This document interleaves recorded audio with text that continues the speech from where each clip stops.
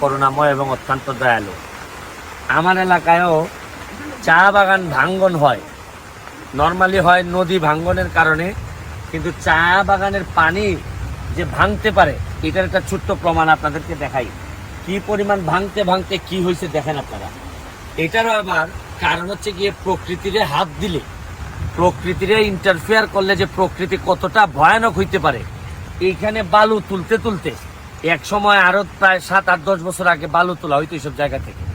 বালু তোলার কারণে এদের যে সিনটেক্সটা, একটা কেমিস্ট্রি থাকে, এই কেমিস্ট্রি নষ্ট করার কারণে আজকে পুরা সাতচরি বাগানের একটা বড় অংশ ভাঙতে ভাঙতে, এদিকে দেখো, এই যে ভাঙতে ভাঙতে এই জায়গা পর্যন্ত গেছে।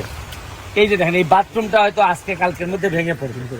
আমি এমপি হওয়ার বহু আগে এই জায়গাটারে কাজ করার চেষ্টা করছিলাম, কিন্তু যেহেতু সরকারি কোনো ফান্ড ছিল না, আমার টাকা দিয়ে করে আমি আর বাঁচাইতে পারি নাই।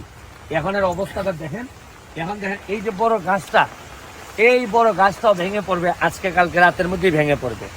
তারপরে আমি এই এলাকার যারা উপজাতি আদিবাসী আছেন তাদের জন্য আমি এই ব্রিজটা বানাই দিছি। দেখেন এখন এই ব্রিজেরও অবস্থা দেখেন, এই যে এই ব্রিজটাও, এই জায়গাটাও প্রায় যায়, এই জায়গাটাও প্রায় যায় দেখেন। এরপরে হয়তো ব্রিজটা আরো দূর নিয়ে যেতে হবে, আল্লাহ জানে কত দূর থাকবে। এই এই গাছটা কাইটা দিতে হবে, তাহলে ব্রিজ ফালাই দিবে তো। এখানে তোমরা নাই, এটা দাঁড়িয়ে আসো, যাও, তোমাদের তো কোনো নজরই নাই দেখতেছি। এই যে এই যে এই যে এইটা এখন দাঁড়ান, এখন দাঁড়ান, পিলার নিয়ে যাবে, যান।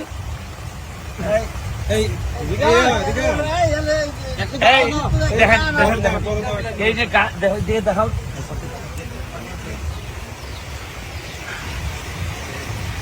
এই যে গাছ কিভাবে আটকাইছে, আমার পিলার নিয়ে যাবে, কিন্তু এটা এখানের লোকজন, স্থানীয় লোকজন কেটে দেওয়ার কথা।